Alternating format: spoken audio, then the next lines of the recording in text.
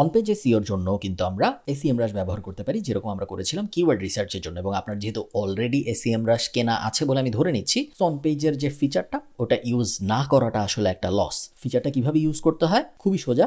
আপনার এই যে অন পেজ সেকশন, আপনি ফার্স্টে হোমে চলে যাবেন, SEMrush হোম বা প্রজেক্টস এই সেকশনটায় চলে যাবেন। চলে যাওয়ার পরে আপনার অলরেডি সাইট অডিট করা হয়ে গিয়েছে, আমি জানি আপনার অলরেডি কিওয়ার্ড ট্র্যাকিং করা হয়ে গিয়েছে, সো এই দুইটা অলরেডি পপুলেটেড থাকবে, এই দুইটা ডেটা দেখাবে। অন পেজ আপনার কখনো করা হয়নি, এই কারণে এখানে ডেটা দেখাবে না। আমি সেট আপে চাপ দিব।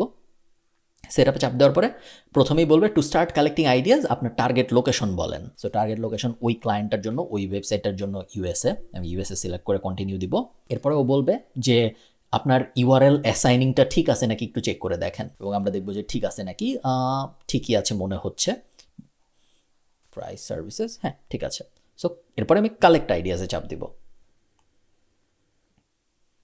যদি ঠিক না থাকতো তাহলে ম্যানুয়ালি করার একটা অপশন ছিল, আপনারা দেখেছেন হয়তো, না দেখলে একটু জাস্ট 5 সেকেন্ড পিছনে গেলে দেখবেন যেখান থেকে আমি কন্টিনিউ চাপ দিলাম ওখানে ম্যানুয়ালি করার একটা অপশন ছিল, যেখানে আপনি এক্সেলে যে জিনিসটা করেছেন ওইটা পুরো ম্যানুয়ালি কপি পেস্ট করে বসাতে পারতেন যদি আপনি চাইতেন। তো এরপর যেটা হবে, এরপর এই টুলটা SEMrush আমাদের বলবে কি কি অন পেজ এসইওর কাজকর্ম করা যায় আমাদের অন পেজ এসইও সিচুয়েশনটা ইমপ্রুভ করার জন্য, এবং কিছু আমাদের আইডিয়া দিবেও SEMrush। এগেন SEMrush তো অডিট করতেছে টুল ব্যবহার করে, AI ব্যবহার করে, সো এটা তো মানুষ না, এটা বুঝবে না। এটা হঠাৎ করে আপনাকে বলে বসতে পারে যে এই পেজে যদি 200 ইমেজ বসাও তাহলে ভালো হবে।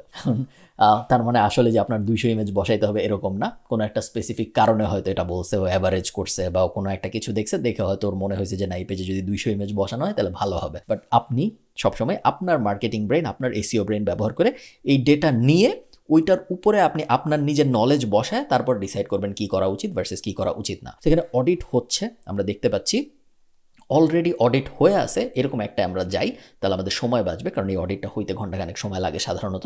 অলরেডি হয়ে আছে এরকম একটা যদি আমরা যাই, দ্য ফ্যামিলি এডিট নামে আমাদের ক্লায়েন্টটা, দেখুন অন পেজ SEO চেকারে ও আমাদেরকে টপ পেজেস টু অপটিমাইজ বলে একটা সেকশন দিছে, এবং দিয়ে বলতেছে যে এই পেজগুলো অপটিমাইজ করা সম্ভব। কিভাবে করা সম্ভব, প্রত্যেকটার পাশে দেখুন ও আইডিয়া বসাইছে। এটা অপটিমাইজ করার 3টা আইডিয়া দিচ্ছে SEMrush, এটা অপটিমাইজ করার 5টা আইডিয়া দিচ্ছে, এটার জন্য 4টা আইডিয়া দিচ্ছে, 6টা আইডিয়া দিচ্ছে।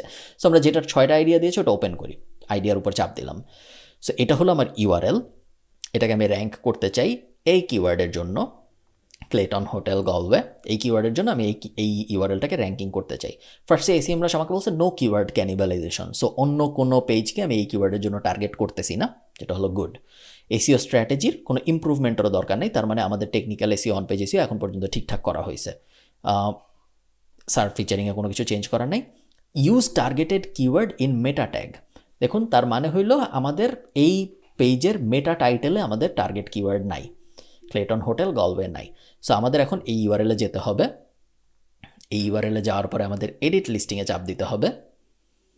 এডিট লিস্টিংয়ে চাপ দেওয়ার পরে এডিট লিস্টিংটা লোড হোক, Clayton hotel Galway the family edit, এইটার মধ্যে আমাদের ক্লেটন হোটেল গলওয়ে এই জিনিসটা মেটা ট্যাগের মধ্যে ইনক্লুড করতে হবে।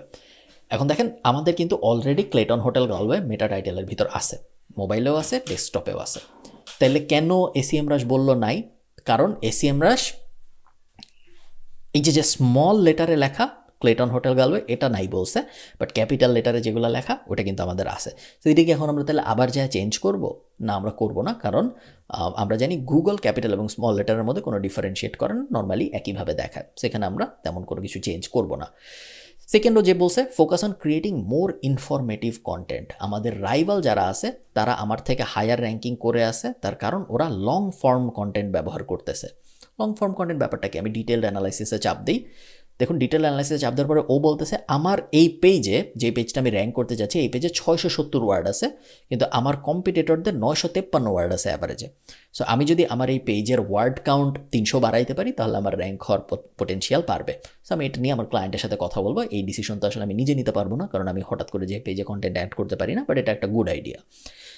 Make your text more readable, আমার টেক্সট বেসড কন্টেন্ট নাকি পড়া একটু কষ্টকর, সো আমি যাই যে দেখি আমার আসলে পড়া কি আসলে কষ্টকর নাকি। আমি যদি নিচে নামি, আমার মনে হয় না তেমন কষ্টকর, আমার মনে হয় নর্মালি পড়া যাচ্ছে, তেমন কোনো সমস্যা হচ্ছে বলে আমার মনে হয় না, সো আল ইগনোর দ্যাট। এরপরে যেগুলো ঠিক আছে ওগুলো তো ঠিকই আছে। সিম্যাটিক, কম্পেয়ার টু ইউর রাইভালস, আমার রিলেটেড ওয়ার্ড দেওয়া নেই এনাফ। সো আমার রাইভালরা, এই যে দেখুন এখানে আমি যদি আবার ডিটেইলে চাপ দিই, এসিএমরাশ আমাকে খুব ইম্পর্ট্যান্ট একটা জিনিস বলতেছে আমার রাইভালরা যখন ক্লেটন হোটেল নিয়ে কথা বলছে, ওরা হোটেল ইন গলওয়ে নিয়ে কথা বলছে, ওরা ফ্যামিলি রুম আছে নাকি এটা নিয়ে কথা বলছে, ওরা সুইমিং পুল নিয়ে কথা বলছে, ফ্যামিলি ফ্রেন্ডলি নাকি এটা নিয়ে কথা বলছে, এক্সপ্লোরিং গলওয়ে নিয়ে কথা বলছে, গলওয়ে সিটি সেন্টার নিয়ে কথা বলছে। আমি এগুলোর মধ্যে সব কিছু নিয়ে কথা বলছি, জাস্ট সুইমিং পুল নিয়ে কথা বলি নেই আমার পেজে। সো এখন আমার যেটা করা উচিত, আমার এই পেজে যাওয়া উচিত এবং এই পেজে যেয়ে আমার সুইমিং পুল রিলেটেড 3-4টা ওয়ার্ড অ্যাড করে দেওয়া উচিত, বা এক লাইন অ্যাড করে দেওয়া উচিত যে এই হোটেলে আসলে সুইমিং পুল আছে নাকি, সুইমিং পুল থাকলে ওটার বেনিফিট কীরকম, এই কথাবার্তাগুলো আমার এই পেজের ভিতরে যে অ্যাড করে দেওয়া উচিত। যদি আমি অ্যাড করে দিই তাহলে এসিএমরাশ বলবে আমাকে যে আমার কম্পিটিটররা যা যা কিওয়ার্ড টার্গেট করছে, রিলেটেড যা যা ওয়ার্ড ইউজ করছে, আমি এক্স্যাক্টলি ওই সব কটাই ওয়ার্ড ইউজ করতে পারছি। এটা ছোট কাজ, যেহেতু একটা সুইমিং পুলের কথা অ্যাড করা, সো এটা সাধারণত বেশিরভাগ সময় আমি নিজেই করে দিব, ক্লায়েন্টের সাথে কথা না বলে। টেকনিক্যাল ইস্যুতে কোনো সমস্যা নেই, কারণ আমরা টেকনিক্যাল ফিক্স আগে দেখে আসছি, করে আসছি। ব্যাকলিঙ্ক নিয়ে আমরা এখন কথা বলবো না, ব্যাকলিঙ্ক নিয়ে আমরা অফ পেজ এসিওর সময় কথা বলবো। বাট এটা থেকে আপনি একটা আইডিয়া পেয়ে গেলেন যে অন পেজ এসিও এসিএমরাশ ব্যবহার করে কিভাবে করতে হয়। এক্স্যাক্টলি আমরা টেকনিক্যাল এসিও যেভাবে সলভ করছিলাম, অন পেজ এসিও কিন্তু এসিএমরাশ ব্যবহার করে একইভাবে সলভ করা সম্ভব। খুব একটা জটিল ব্যাপার না, বেশ ইজি, এবং আপনারাও করতে পারবেন আমি জানি।